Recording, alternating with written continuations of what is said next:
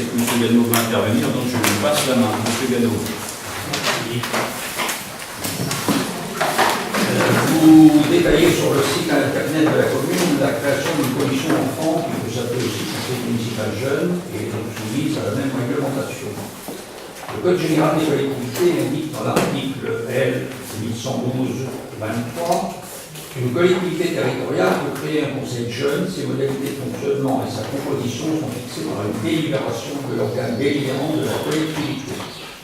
Ce qui implique donc que le conseil municipal soit consulté, ce qui, une fois de plus, n'a pas été le cas, et rend votre commission parfaitement illégale. Pour ce faire, vous avez même impliqué les enseignants dans ce processus irrégulier.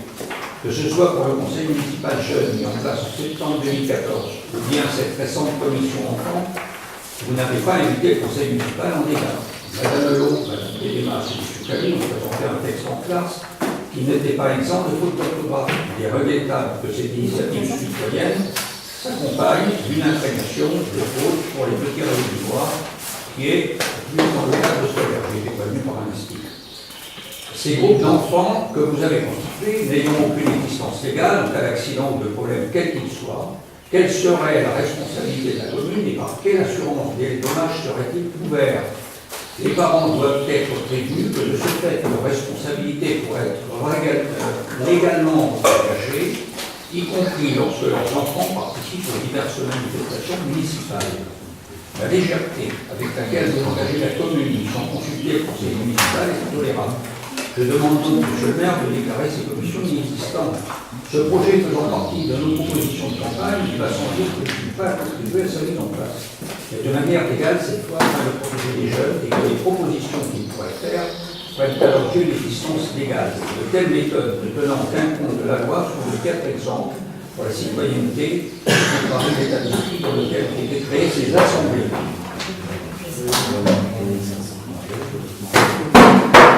Alors, votre Olivier, si tu veux répondre. Ouais, je vais. Ça m'intéresse même pas. Donc en fait, on a pris des renseignements sur effectivement la légalité d'un conseil jeune, et il n'y a pas besoin de faire voter en conseil le fait de créer une commission.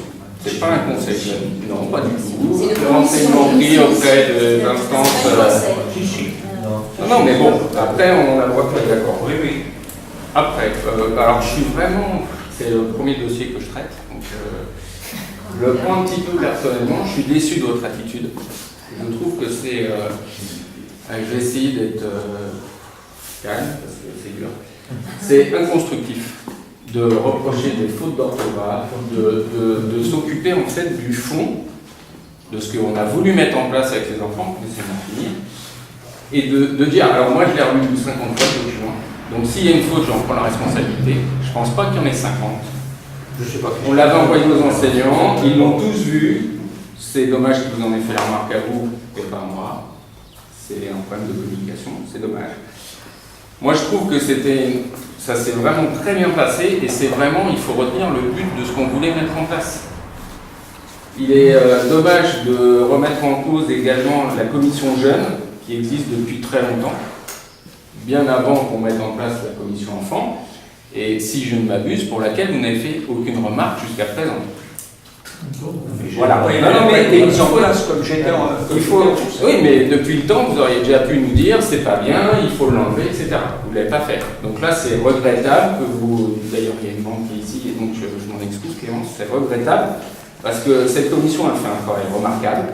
Elle a été présente sur des manifestations, et il est dommage de remettre sa légitimité en cause maintenant qu'on est en train d'essayer de faire la même chose avec les enfants. Donc moi, encore une fois, souvent, on en a déjà débattu, je suis pour quelque chose de constructif. Aujourd'hui, ça, c'est pas constructif. On va vérifier légalement, comme on le fait tout le temps, on va le vérifier. Moi, on avait pris des renseignements. Loin de moi l'idée de passer quelque chose sans en parler en conseil. Jamais. Si on n'est pas obligé de le faire, c'est ce qu'on m'a dit, je ne le fais pas. Donc on vérifiera à ce point-là, mais on avait pris renseignement. Donc ça, il faut que ce soit bien clair pour tout le monde. Maintenant, pour conclure là-dessus, je dirais que c'est vraiment dommage d'arriver à un moment où il faut qu'on avance pour la commune. Moi, ce que je fais, je le fais pas pour un mandat suivant, etc. Je le fais parce que là, j'ai envie de le faire, parce qu'à un moment, on m'a dit, j'étais pour m'occuper de la jeunesse. Je pense qu'il y a des choses à faire. Maintenant, si dès la première chose qu'on fait, on part sur des débats qui sont... Enfin, je veux dire, ça mène rien, quoi. Je veux dire, vous m'auriez dit, le but, je suis contre les objectifs que vous avez fixés parce que je pense qu'on ferait mieux d'aller vers cette voie-là, super. Mais là, aujourd'hui, c'est vous n'avez pas respecté, vous avez fait des fautes d'orthographe, c'est illégal, attention aux assurances, il faut prévenir les parents. On a prévenu les parents, on s'est déplacé, on a eu de très bons échanges avec les enfants, on a eu de très bons échanges avec les enseignants, c'est le principal. Après, le reste, pour moi, c'est de la littérature. Comme je vous le dis, on verra juste si on est dans la légalité. Et moi, je suis persuadé qu'on en parlera. Mais sur le reste, c'est inconstructif. Voilà. Ce qui est dommage, M. Vianney, c'est encore toujours de l'a priori. Vous ne savez même pas le nombre de fautes. Vous êtes en train de dire qu'ils ont fait des fautes. Vous êtes en train de dire qu'ils ont fait des fautes dans leurs documents. Vous ne connaissez même pas le nombre de fautes qu'ils ont fait. La première des choses que je fais, moi, je regarde les documents et je regarde combien il y a de fautes. Non, mais là, aux enfants, à l'école, arrêtez, non. De toute façon, vous n'êtes pas du tout, comme le dit aussi, vous n'êtes pas du tout constructif depuis le début du mandat. On l'a vu en début de conseil, le souvenir a rappelé le nombre de recours que vous avez fait, vous avez tout perdu.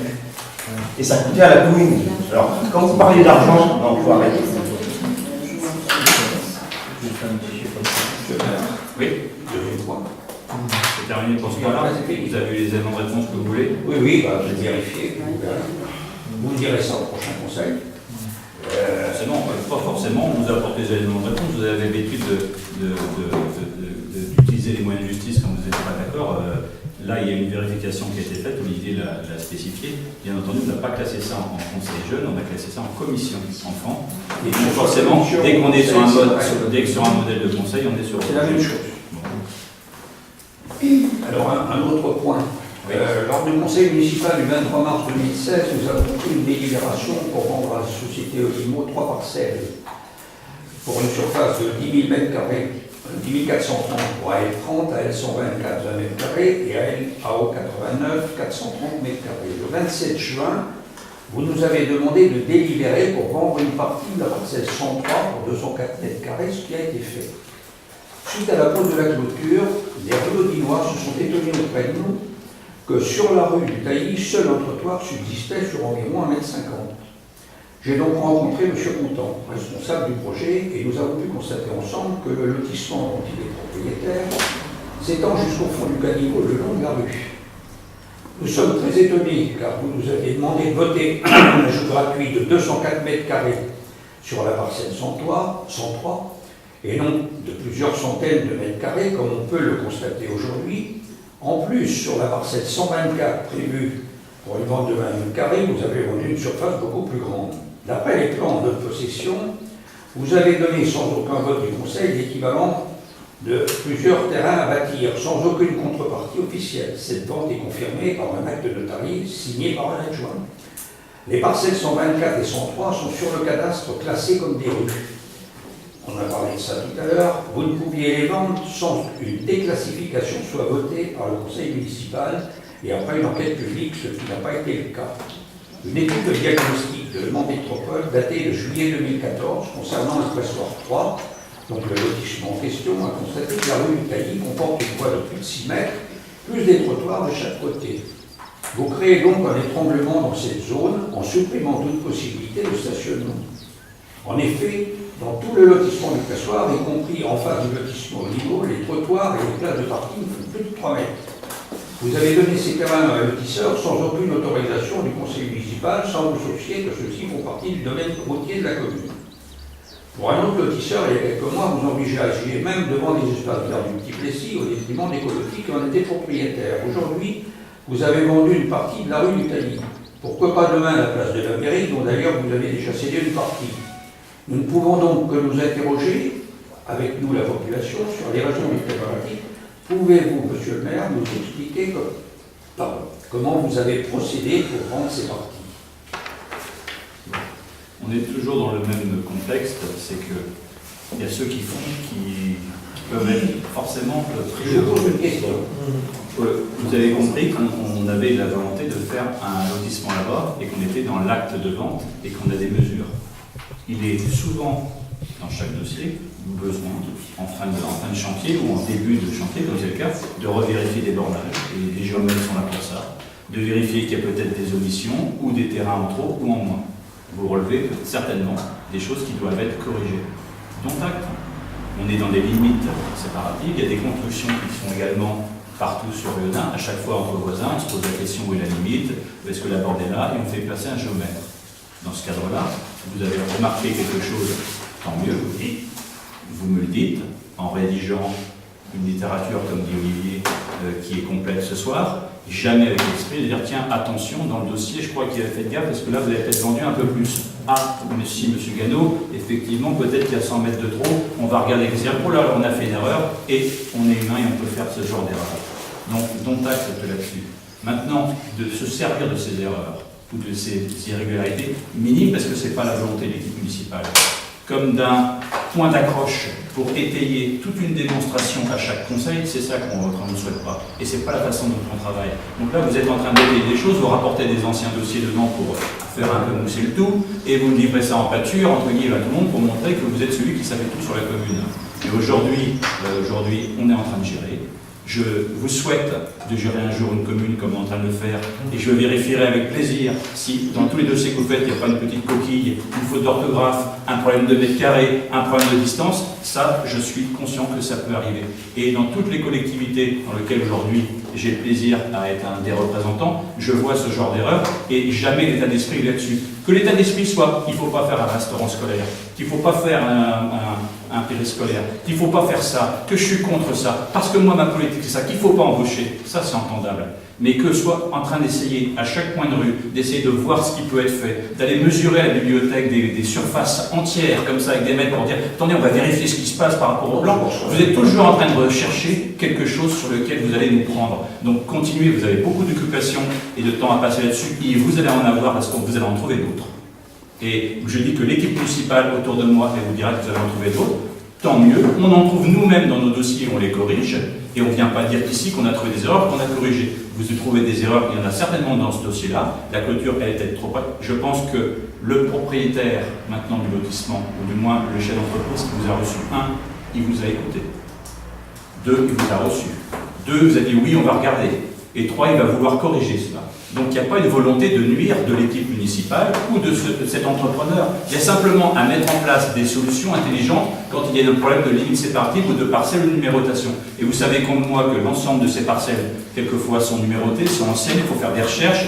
Vous savez très bien que les bornages, ce n'est pas toujours simple et que vous êtes intervenu dans le dossier et qu'on y travaille. Donc, dont acte.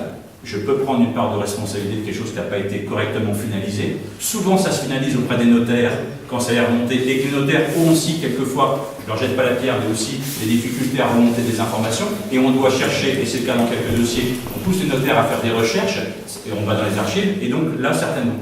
L'idée première n'est pas de nuire, n'est pas de faire n'importe quoi, et de faire les choses clairement. Et donc, je pense que, merci, je vous le dis, merci de nous faire des remarques, mais nous souhaiterions qu'elle soit constructive, qu'elle puisse nous faire avancer et qu'elle puisse permettre au dossier d'être complet et cohérent. Et c'est là-dessus qu'on souhaite faire passer un message ce soir. La question que je vous posais, c'était pourquoi pour un chemin vous déclassifié et pour... Vous avez raison, vous l'avez pas fait. mais monsieur Gano, vous voulez que je vous dise quoi? Vous avez raison qu'il faut qu'on regarde ce dossier. Vous avez raison, on va regarder ce dossier. Vous soulevez une problématique. Je rencontrais pour pouvoir... Mais attendez, vous soulevez une problématique. On regarde, on a des services, on a des notaires, on a des géomètres, on va rectifier. Le chef d'entreprise concerné dit effectivement il y a peut-être une erreur, il faut qu'on regarde. C'est-à-dire que lui-même n'avait pas vu non plus. On est d'accord? Le notaire peut-être qui a fait l'acte de vente n'avait pas non plus spécifié les choses à la commune parce qu'on est aussi conseiller. Et donc on peut jeter une pierre un petit peu à tout le monde. Ce qui est important c'est de savoir dans quel état d'esprit on travaille et comment on fait pour rectifier les choses. Donc on va rectifier. Maintenant pour recevoir, donnez-nous les éléments. S'il faut que j'attende chaque conseil pour prendre des notes de ce que vous faites en littérature, ça va être un petit peu long et on aurait peut-être pu gagner ici, peut-être combien de temps, vous savez ça maintenant? Comment? Ça fait combien de temps que vous savez ça? 15 jours. Bon, on aurait pu gagner 15 jours, monsieur. Non, parce que la finalité de la déclassification, ça fait quelques jours seulement, je me suis content il y a hier ou avant-hier. Et vous voyez que ça ne vous empêche pas de rencontrer les acteurs. Vous dites toujours que vous n'êtes pas invité ou que vous n'êtes pas prévenu de quoi que ce soit. Je tiens simplement à préciser, quand vous faites ces remarques-là, qu'on essaye de vous inviter. On a peut-être fait quelques erreurs à chaque manifestation organisée par la commune quand les élus sont invités. Quand ce sont des entreprises privées, des partenaires, des associations qui m'invitent en tant que maire de la commune, j'y vais en tant que maire avec quelques adjoints parce qu'on invite l'organe, je dirais, de bureau, quelque part, l'administratif de l'administration de la commune. Et je n'ai pas invité l'ensemble des élus quand c'est pas moi qui fais l'invitation. Vous êtes sans cesse en train de reprocher ça. Et donc là, vous avez pris contact avec, on vous a permis de prendre contact avec M. Contant, puisque vous l'avez cité, et les choses vont plutôt dans le bon sens. Donc il n'y a pas de volonté d'avoir un dossier. J'ai trouvé une solution, c'est tout.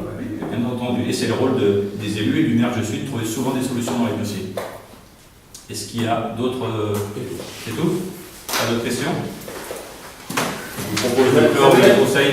J'avais une petite remarque. Est-ce que, parce que je ne reviens pas sur le dossier tout à l'heure, je reviens sur là, et j'ai entendu une remarque qui me paraît justifiée. M. Gano, quand on me pose une question, moi quand je pose une question, c'est bonjour M. Gano, est-ce que vous êtes d'accord? Oui ou non? Là, je trouve, et je vous le fais parce que ça fait plusieurs fois que je me fais la réflexion, donc là, puisque ce soir, entre guillemets, reprocher certaines choses, moi je vais vous reprocher une question, ça doit être simple. C'est pas un paragraphe où on fait référence à des dossiers, d'autres dossiers anciens, comme l'a dit M. le maire, et où on n'est pas précis.